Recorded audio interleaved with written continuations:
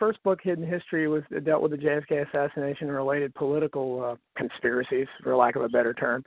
I had always looked at what I consider to be a class war waged by the very rich against the rest of us for a very long time. My hero is Huey Long.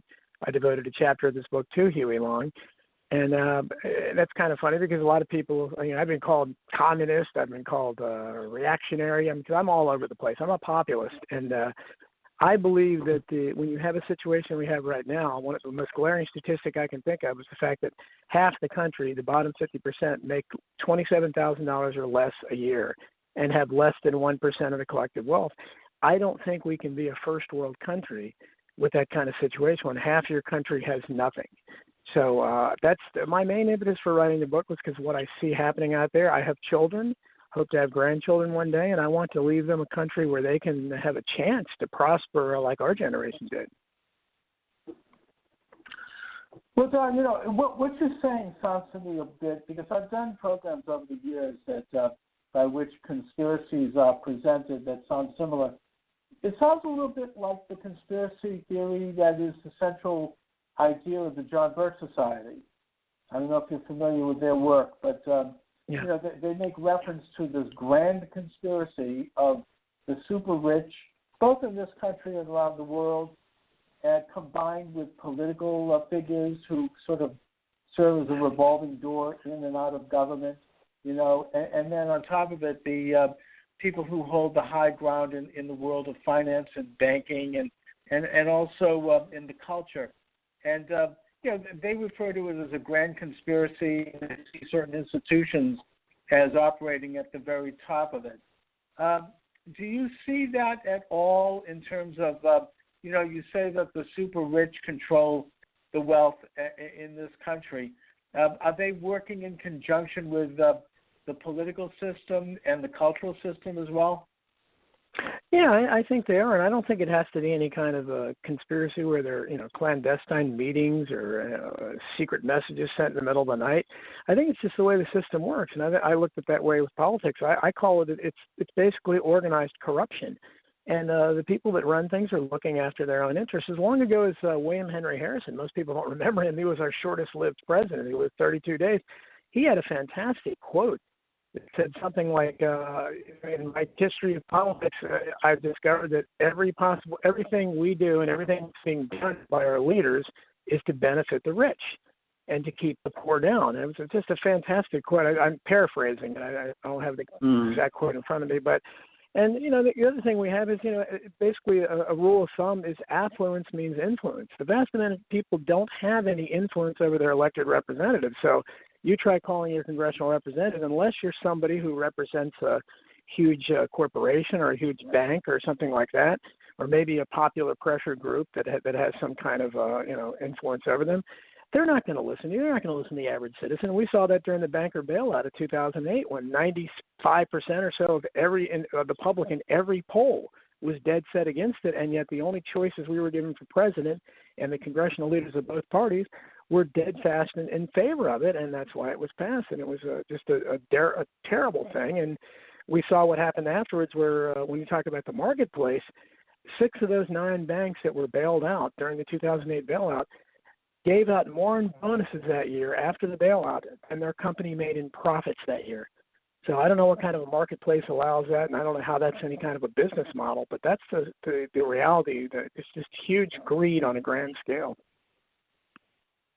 It seems to me that what you're describing is kind of the human condition on a worldwide level that has been the norm since the beginning of time. It's not an unusual situation where you have the people who control the most material wealth really also controlling the politics of any given country and the top institutions. And I think that the United States, and maybe to a certain extent Great Britain, but the United States in particular, was supposed to be and was a political experiment to get away from that. We were the first nation of mid-level shop owners and business people and farmers and small private owners and local government. And, we set up a system of balance of power so that you wouldn't have such of a convergence of power in the hands of any one group that could then be influenced by the super rich. And we were fortunate enough to have the people who were the wealthier people in this country have a pretty magnanimous attitude toward the development of individual rights. People like the richest man in the country at that time was George Washington. And John Hancock here in Massachusetts. They were great patriots. They weren't interested in furthering their own pockets. They weren't interested in power.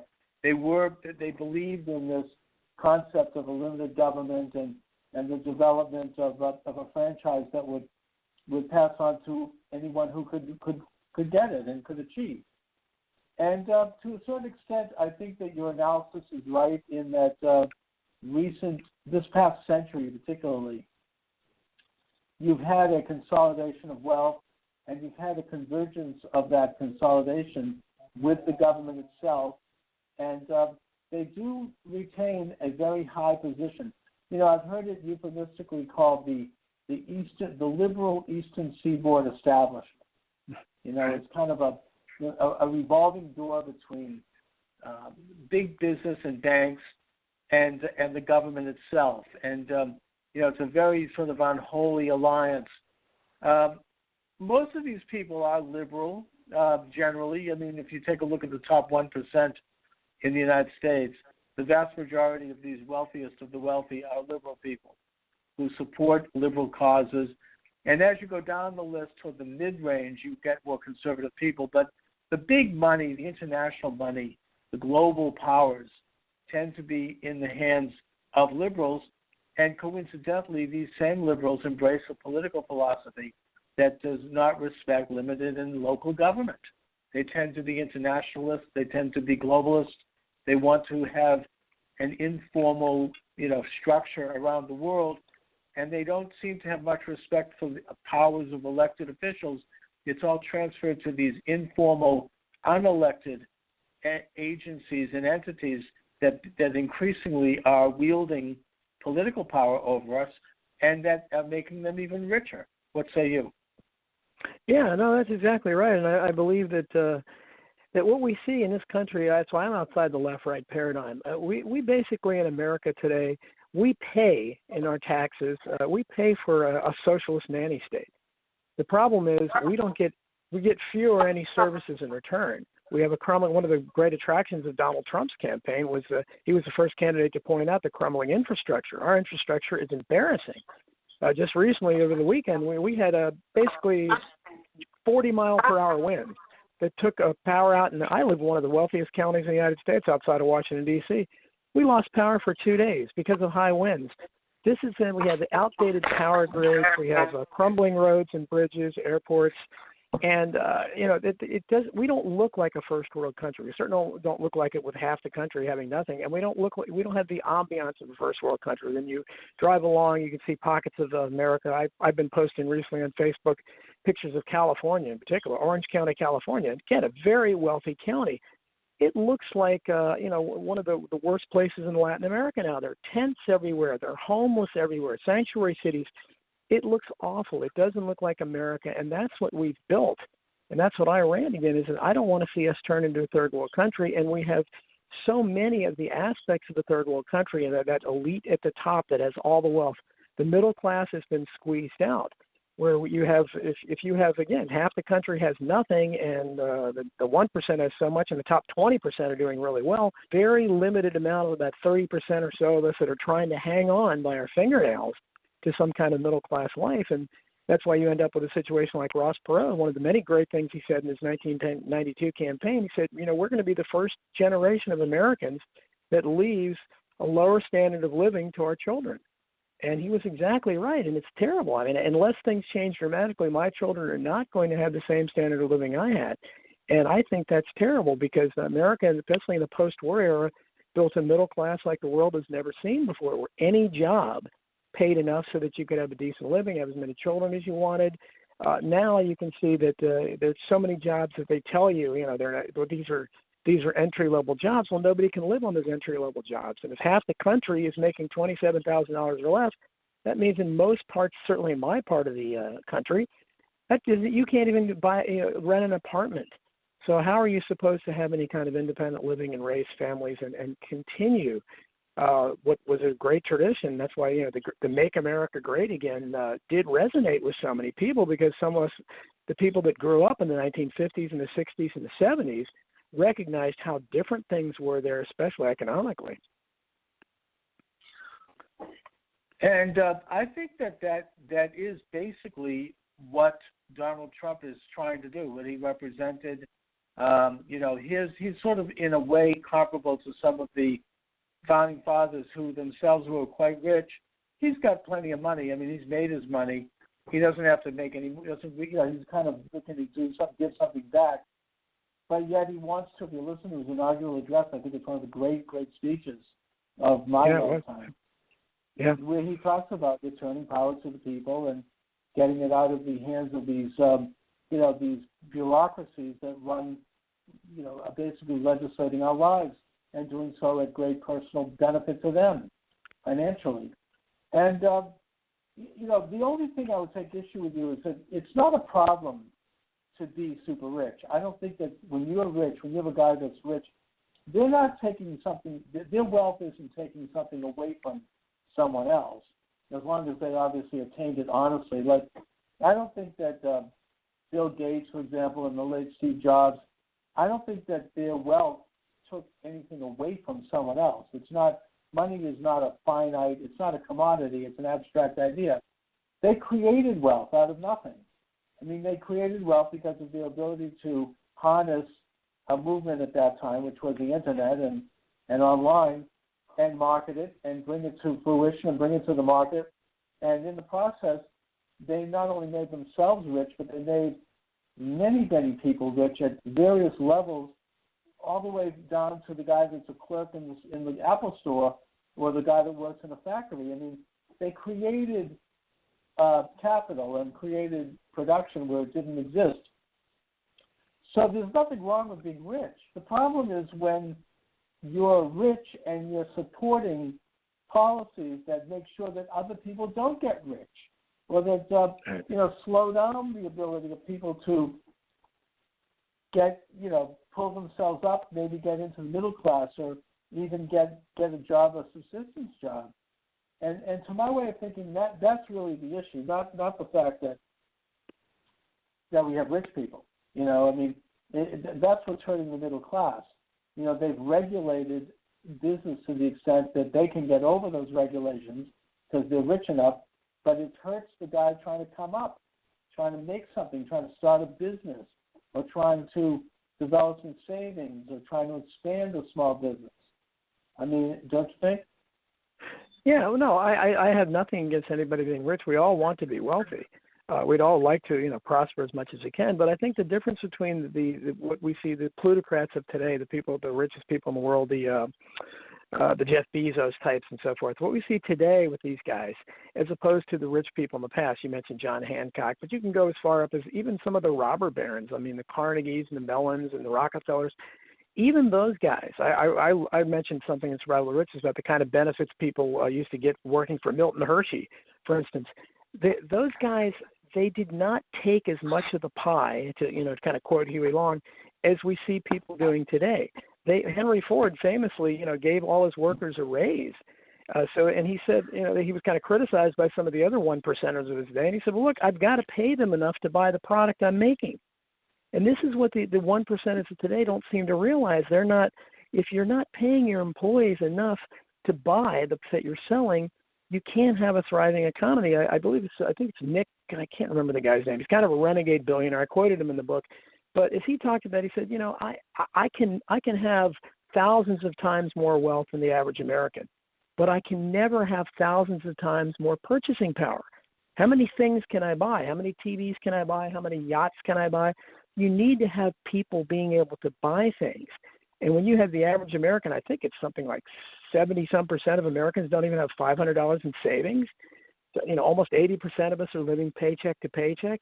Obviously, there's no discretionary income there. There's no liquid cash flow for people to be able to buy things as they could in the past. And with all the little trinkets that you have out there now, especially if you have children, you want to buy these gizmos for your kids to keep up with their, otherwise, what kind of parent, you're going to feel guilty if you don't do that. So they have so many more attractive products out there, but you have less cash than you did in the past, and that's why people get mired in credit card debt, because of the simple fact their income is not enough for them to be able to pay cash for these products. Not to mention any kind of emergency situations that come up. You have a car repair or whatever. You can't pay for that. You don't have enough. If you have less than $500 savings, you're not going to be able to pay for that. So that's why people get in the deadly cycle of credit card debt. So I think we need people, as you mentioned, magnanimous one percenters that you had in the past. We need people just have a little civic-minded nature. I mean, up until maybe the 80s, the people that ran companies weren't even referred to as CEOs. They were basically the president of the companies. In many cases, they'd founded the companies themselves, or they had a family tradition of it. They had a vested interest in the company. They wanted to see the company do well, and they did. They gave Christmas bonuses and Christmas turkeys out, and gold watch when people retired. People had pensions then.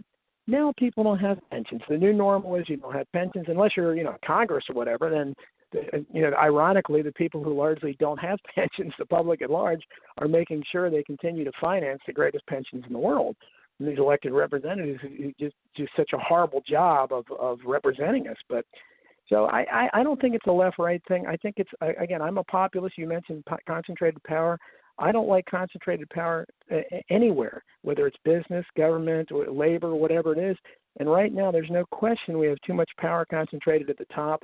And you mentioned the separation of powers. The reason we can't do anything about it is the legislative branch has really given up the balance of powers to where the judiciary has been legislating for a long time, and the executive always has too much power. So if the legislative branch just did what they were supposed to do under a separation of powers, and we could reelect them every 2 years, although we continue to reelect 96% of them somehow. I don't know how that works when they're doing such an awful job and we give them less than 10% approval rating in polls. I think we could do something if we just had some real representation, but the banker bailout, among many other things, show that we just don't have any representation. They're not doing the will of the people.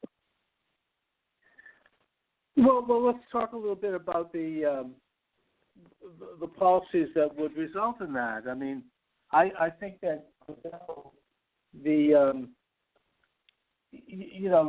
people that we're talking about who are more magnanimous employers, they tend to be the lower level, mid-level businesses, the mom and pop businesses, people who have had businesses for a generation and who really feel invested in their employees. But some of these bigger guys, they're offshoring their employment to China, where they're like, we could mention Apple. I don't want to single them out, but they get virtual slave labor in a communist country where they can pay people virtually nothing.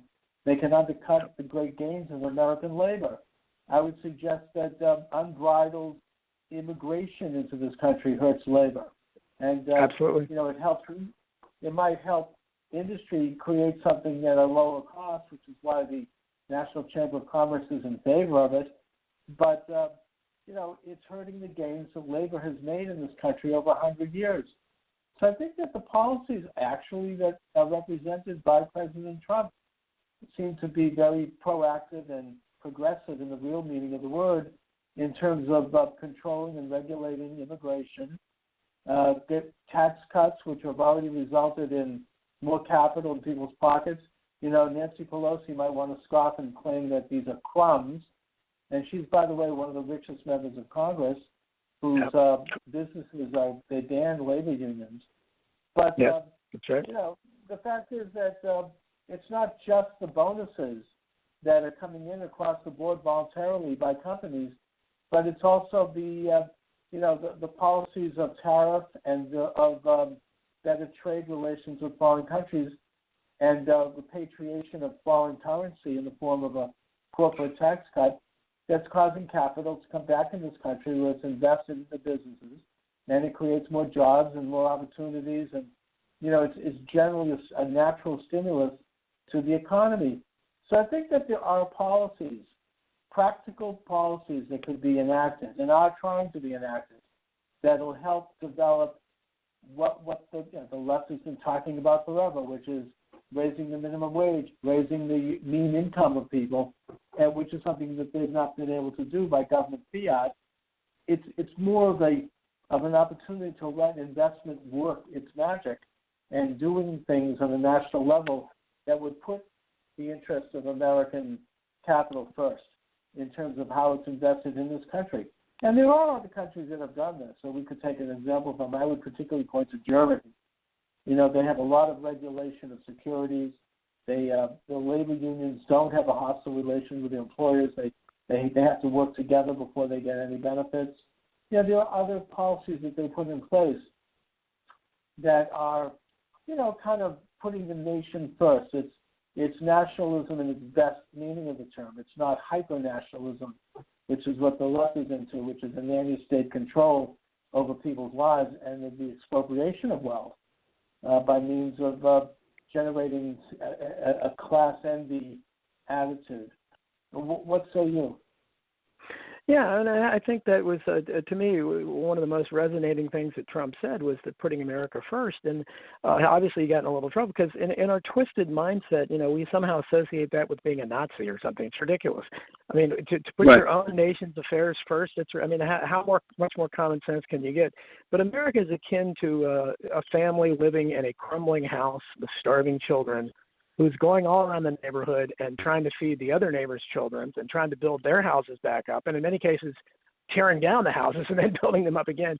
We do so many crazy things. We definitely, and that's why, again, that resonated with me quite a bit. Now, obviously, that's going to be going against the grain of all our leadership because no one's put America's interests first for a very long time, but the first thing you do, obviously, we have to rebuild the infrastructure. And if Trump does anything at all about immigration, it looks like he's trying to do things here or there, but could have ended the H-1B visa program, which makes no sense. And in my industry, IT, I see how it's taken over there, and it's absolutely ridiculous. We have so many people that are qualified and American citizens who could do these jobs. It's senseless to be importing people in, but we know why they're doing it for the same reason that we bring in illegal immigrants and why people turn the other way is because of cheap labor, and it's driven down the wages of people at the bottom of the ladder. Well, the H-1B visa workers are driving down the wages of people in IT. Why should you pay a programmer $80,000 a year when you can get somebody from India that'll work for $40,000? So it's a very simple business, motivation there.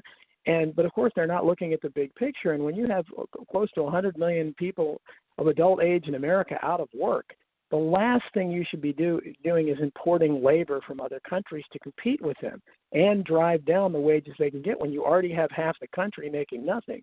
And as I point out, if you have 50% of your people basically with less than 1% of the wealth, every new wave of immigration, they're coming from the poorest parts of the world. They're adding to that 50% and they're increasing the 50%. So if this continues, if Trump isn't able to do anything, especially if DACA, he grants amnesty to millions more and their families come in and we continue to have open borders, you're looking at 60, maybe 70% in another 20 years that have nothing. And then you really begin to take on a kind of a Latin America banana republic.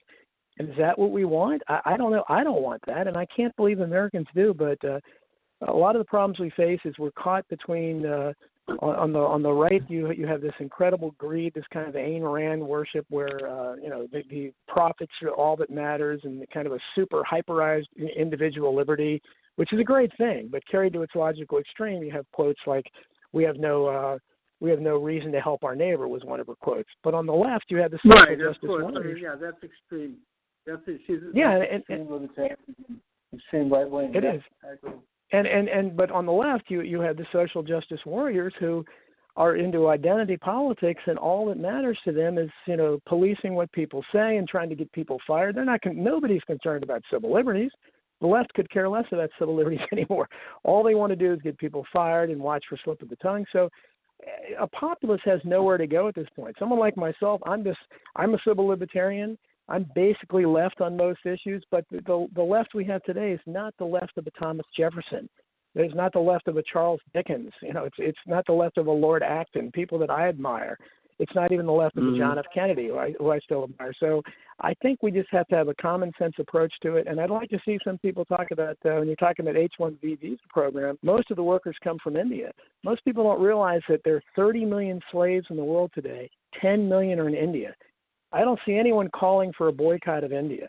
And, that's just amazing to me when we still talk about slavery in America 150 years ago, and no one talks about the fact slavery still exists today, including from a country that we're drawing a large pool of workers from for absolutely no reason. All right, Donald, we're reaching toward the end of the segment. So, by the way, what is Hidden History about in a nutshell? Because I see you have the book propped up there behind you. Yeah. It's about the 50 years since the JFK assassination. I go into the JFK assassination in detail, RFK, MLK, and I cover. I'm an equal opportunity offender. I cover all the Clinton scandals and the Bush scandals and the Reagan scandals and the Obama scandals, and I just talk about how it's just. And I'm very proud of the fact that I had the first independent investigation of the death of John F. Kennedy Jr. And I looked into that and I found out some things that people I think would be amazed at. Great. I should talk to you because I just finished a manuscript called Assassination in America. And I go back, I cover 31 cases where there was a rumor that there might have been an assassination, including, by the way, your friend William Henry Harrison. I go back to Hamilton and I bring it right up to the Clinton body count. But we should talk. Maybe you might know an agent I could talk to. But Donald, let people know where they can get your books. Well, I'm all over the internet. Obviously on Amazon. My books are in most Barnes and Noble stores. Books A Million. There are a few bookstores that are left. They're easy to find. I blog regularly at Keeping It Unreal blog at donaldjeffries.wordpress.com. People can read my regular writings there. All right, Donald. Listen, it's been great talking to you. I really appreciate the interview, and I'm looking forward to reading your books. Thanks a lot. Okay, thanks for having me, Chuck.